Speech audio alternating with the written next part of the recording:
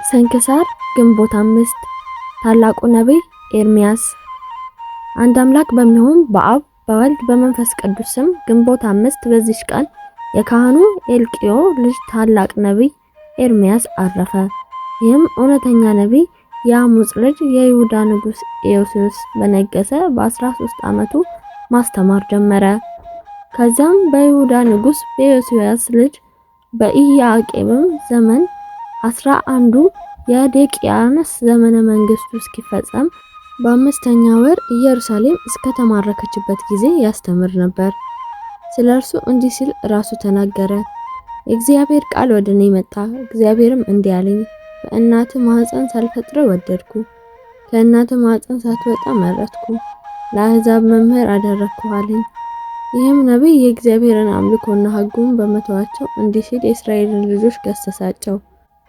ተጠበቁ፣ ንስሐም ግቡ፣ የእግዚአብሔር ቁጣው በላያችሁ እንዳይመጣ።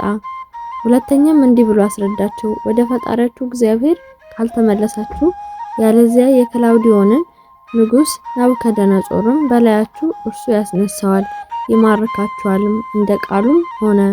ሁለተኛም ህዝቡ ተማርከው 70 ዘመን እንደሚኖሩ ትንቢት ተናገረ። ደግሞ የክብር ባለቤት ኢየሱስ ክርስቶስ በኩነተ ስጋ እንደሚመጣና መከራ እንደሚቀበል ያስቆሮቱ ይሁዳ እንደሚሸጠውና 30 ብር እንደሚወስድ ተናገረ። ስለ ብዙ ስራዎች ተናገረ። አይሁድ ግን ሊገሉት ወደው ገርፈው አስረው በጉድጓድ ውስጥ ጣሉት። እግዚአብሔርም አዳነው። እርሱ ግን ስለ እነርሱ ይለምንና ይማልድ ነበረ።